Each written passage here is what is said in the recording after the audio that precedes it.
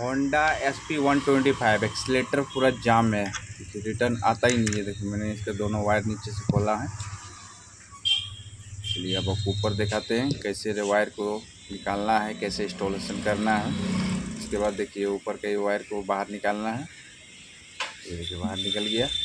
अब ये नीचे वाला वायर जो है सेकंड वायर, इसमें 2 केबल रहता है। ये देखिए सेकंड वायर को निकालना है, ये निकाल रहे हैं।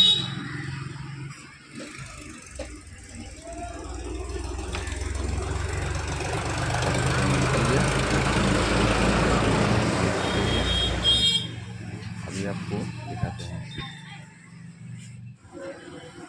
ये देखिए दोनों केबल हम वहाँ से निकाल लिए, टोटल बॉडी से खींच के बाहर निकाल लिए। ये नया, ये देखिए तो वायर 2 तरह का रहता है, एक ए और बी लिखा हुआ रहता है, जिसमें से ए जो रहता है वो थ्रोटल का ऊपर भाग में लगेगा, ऊपर वाला में, और नीचे वाला में बी लगता है। उसी प्रकार यहाँ भी एक्सीलेटर का ऊपर में ए लगेगा, ये वाला बी है। ये देखिए केबल भी अलग अलग रहता है, ऐसे पहचान में आ जाएगा, ऐसा नहीं कि गलती होगा आपसे।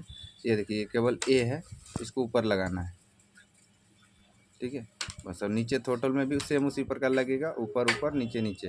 ये देखिए लगा दिए, फिटिंग कर दी। ये देखिए ये सेलेक्ट कर दिए, ये देखिए हो गया।